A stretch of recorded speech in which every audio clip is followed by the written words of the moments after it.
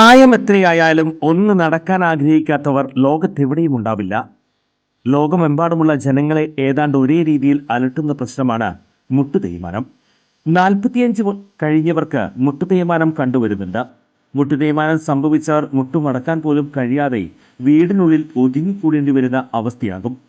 അത്തരം രോഗികളുടെ ജീവിതം തന്നെ മാറുന്ന വിധത്തിൽ നൂതന സാങ്കേതിക വിദ്യ ഉപയോഗിച്ചുള്ള ശസ്ത്രക്രിയ പ്രചാരം നേടിക്കഴിഞ്ഞു. കൃത്രിമ മുട്ട് മാറ്റിവെക്കുന്നതിനായി സാങ്കേതിക വിദ്യ സ്വന്തം പരീക്ഷണാടിസ്ഥാനത്തിൽ കണ്ടെത്തുകയും അതിൽ വിജയം കാണുകയും ചെയ്ത വ്യക്തിയാണ് ഡോക്ടർ പ്രേംകുമാർ.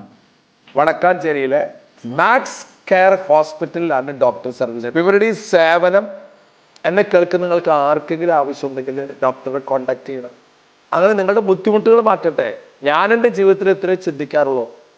ഞാൻ കാരണം ഒരു മനുഷ്യന്റെ ബുദ്ധിമുട്ടുകൾ മാറ്റാൻ പറ്റിയാൽ, എല്ലാ ബുദ്ധിമുട്ടും അവരുടെ മാറ്റാൻ നമുക്ക് പറ്റില്ല, ഒരു ബുദ്ധിമുട്ടെങ്കിലും മാറ്റാതെ രണ്ടെണ്ണം മാറ്റല്ലേ?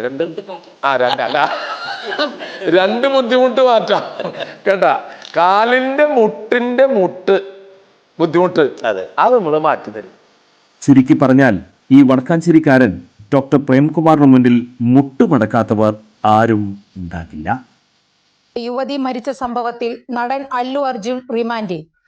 നാമ്പള്ളി കോടതിയുടേതാണ് വിധി. 14 ദിവസത്തേക്കാണ് റിമാൻഡ് ചെയ്തിരിക്കുന്നത്. നടനെ ചഞ്ചൽഗുഡ ജയിലിലേക്ക് മാറ്റും. തെലങ്കാന ഹൈക്കോടതിയിലും കേസ് നടക്കുന്നുണ്ട്. കേസ് തള്ളണമെന്ന ഹർജിയാണ് ഹൈക്കോടതി പരിഗണിക്കുന്നത്. കേസിൽ താൻ നേരിട്ട് ബന്ധപ്പെട്ടിട്ടില്ലെന്നാണ് അല്ലു അർജുൻ വാദിക്കുന്നത്.